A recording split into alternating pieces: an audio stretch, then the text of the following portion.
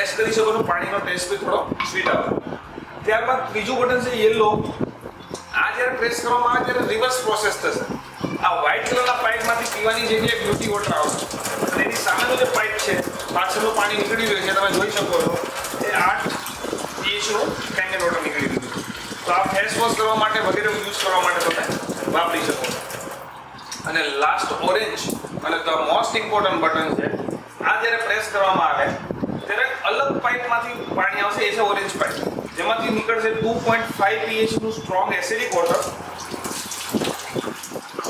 આ acidic water છે. જ્યારે એની સામેનો બીજો પાઇપ છે અલગથી, એમાંથી નીકળે છે આપણે 11.5 pH નું શાકભાજી ધોવાનું પાણી.